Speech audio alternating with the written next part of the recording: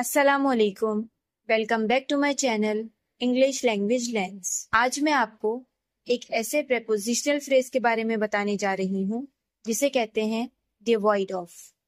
اس کا مطلب ہوتا ہے کسی بھی چیز سے خالی یا پھر کسی بھی چیز کے بغیر۔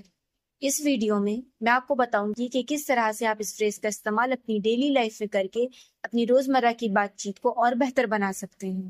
کچھ مثالیں دے کر اس فریز کو میں آپ کو اچھے سے سمجھاتی ہوں۔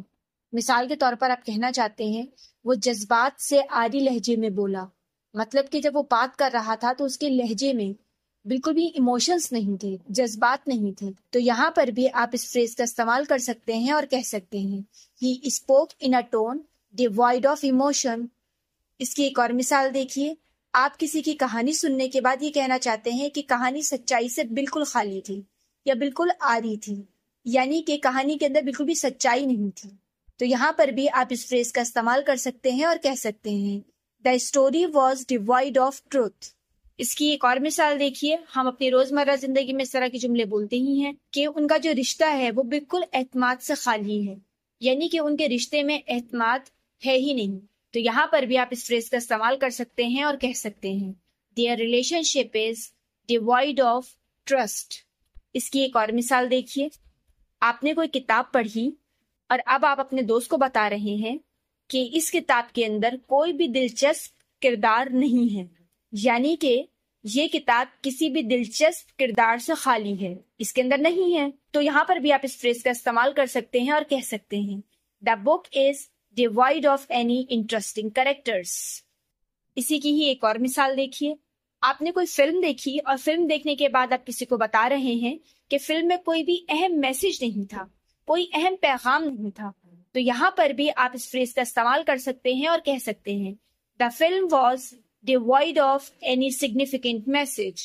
ایک اور مثال کو سمجھیے، آپ نے کسی کو دیکھا اور وہ آپ کو بہت اپسیٹ لگ رہا ہے، اب آپ یہ کہنا چاہتے ہیں کہ اس کی آنکھوں میں امید نہیں ہے یا اس کی آنکھیں امید سے بالکل خالی تھیں۔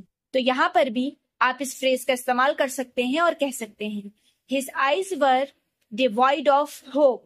اسی کی ایک اور مثال کو سمجھیے، آپ کسی کے گھر پہ گئے اور وہاں سے واپس آ کر آپ کسی کو بتا رہے ہیں کہ گھر میں کوئی جدید سہولت نہیں تھی، یعنی کہ کوئی بھی جدید سہولت سے وہ گھر خالی تھا۔ تو یہاں پر بھی آپ اس فریز کا استعمال کر سکتے ہیں اور کہہ سکتے ہیں The house was devoid of any modern amenities۔ ایک اور مثال کو سمجھیے کہ آپ گئے ہیں میوزیم، وہاں سے واپس آ کے آپ اپنی بہن کو بتا رہے ہیں کہ جو میوزیم ہے یعنی کہ جو عجائب گھر ہے وہ ویکینڈز کے دنوں میں بھی لوگوں سے خالی تھا، یعنی کہ وزیٹر سے وہ خالی تھا۔ تو یہاں پر بھی آپ اس فریز کا استعمال کر سکتے ہیں اور کہہ سکتے ہیں The museum was devoid of visitors on weekends۔ تو اس فریز کا استعمال آپ کہیں پہ بھی کر سکتے ہیں جہاں پر بھی آپ یہ کہنا چاہتے ہیں کہ کوئی بھی چیز مسنگ ہے، کوئی بھی چیز کی کمی ہے یا کوئی بھی چیز نہیں ہے۔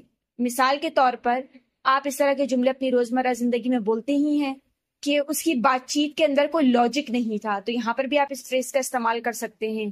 جیسے کہ آپ کہتے ہیں کہ جو پھول تم نے مجھے دیا اس میں تو خوشبو ہی نہیں تھی، تو یہاں پر بھی آپ اس فریز کا استعمال کر سکتے ہیں۔